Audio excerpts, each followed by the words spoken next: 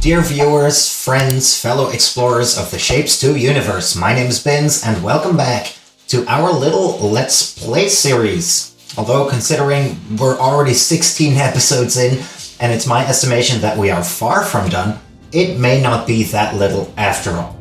Anyway, off camera, I spent some time doing what I announced I would do, which is set up a delivery system of trains to the Vortex. So let's zoom out a bit.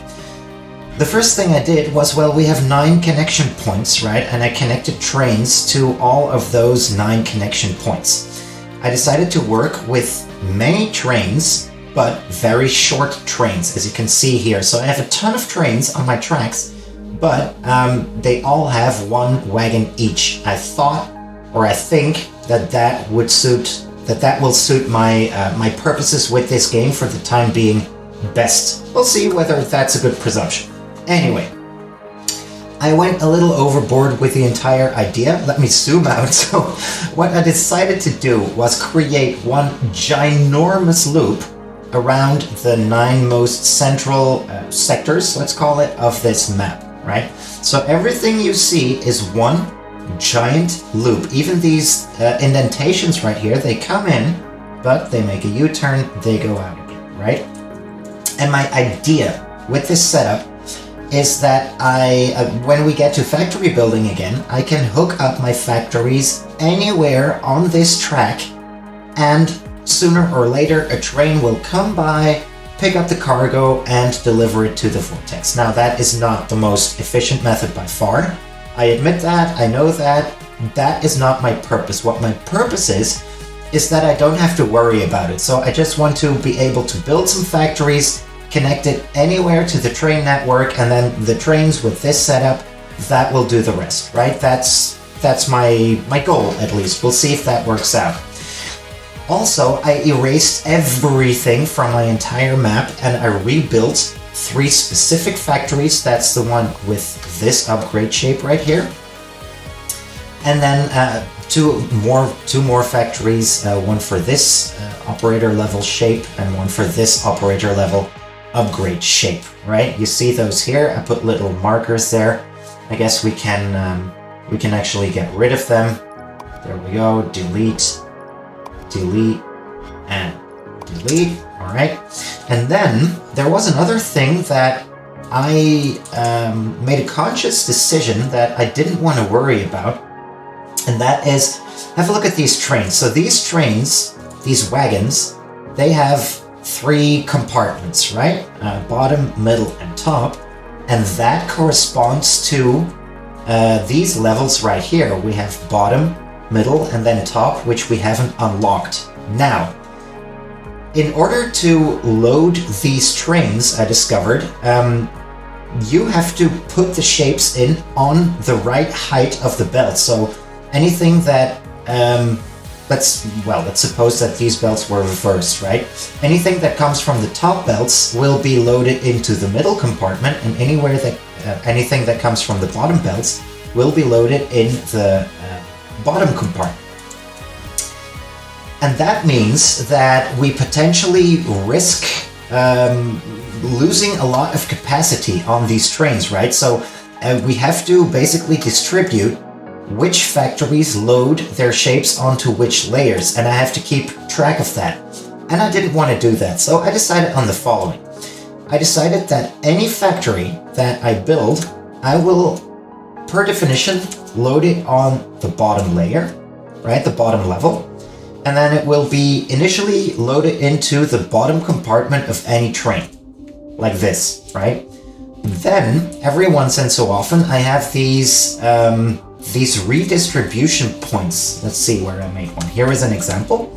So what happens here, what I decided to do here, is that these redistribution points, the trains that will pass by here, they will unload their cargo from the bottom level, and they will load it into the middle level again until we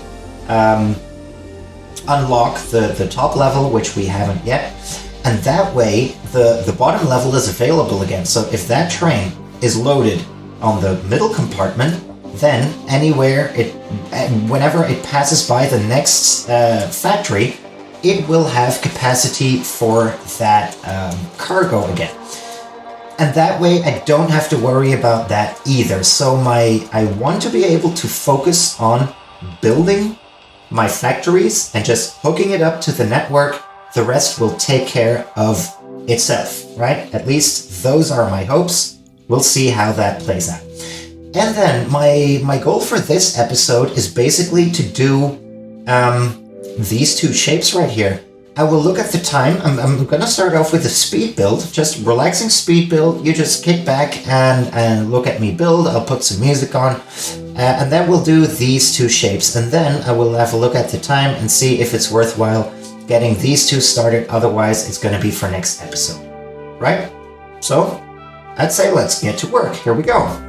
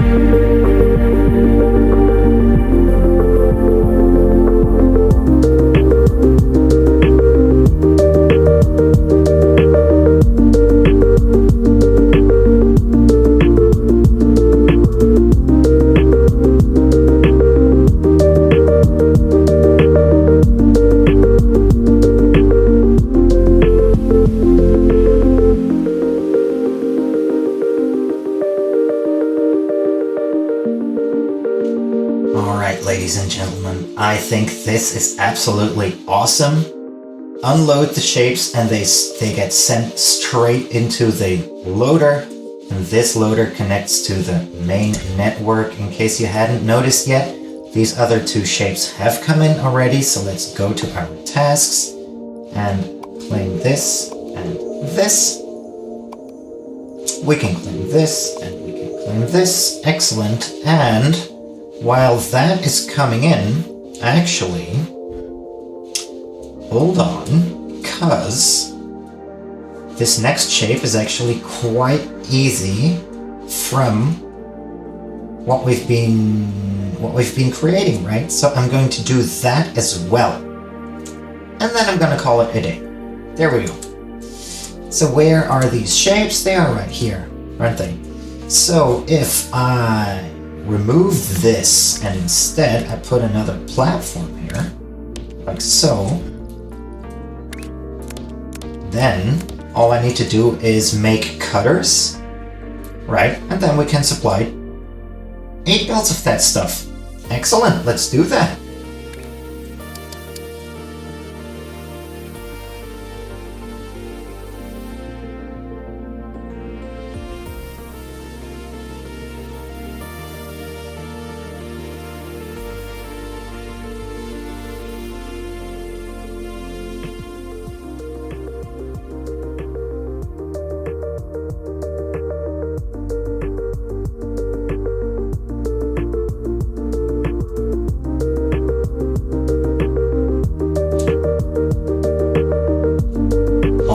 And there we have it. Now, one final remark I want to make before we end today's episode is something I discovered that the game kind of misled us because it told us that rotation does not matter, and that is only partially true. So I came to accept that rotation in this game doesn't matter. Except it does when you want to load up. If you want to load something up to trains. So here's the thing. One of these packages that comes out in order to load that into the train, it can contain 360 items of the same shape. I don't know if that's like an upgrade, capacity upgrade or whatever. But it must be the same shape. So here we need to make sure that these are rotated correctly, because if they are not rotated correctly, then it will not be considered the same shape, and it will actually be cancelled every time you are loading up a shape. In case you put in a new shape, then your storage is just, thrown out. So in this case, you do definitely need to take into account the rotations of the shapes. That is one last remark that I wanted to make, and with that, my dear ladies and gentlemen, we can call it a day. Once again, I want to thank you for watching. I think I said it in one of the previous videos, the amount of time that we spend quick building and just putting some music in the background, it is going to increase, and I hope you're up for it, because that's what you're getting. Anyway, I hope you had fun. I hope you're looking forward to the next episodes in this series. I know I had fun playing, and I am very thankful for you leaving a nice comment and watching my videos. So I hope to see you in the next one. I've been Bins. Have a great day. Take care. Bye-bye.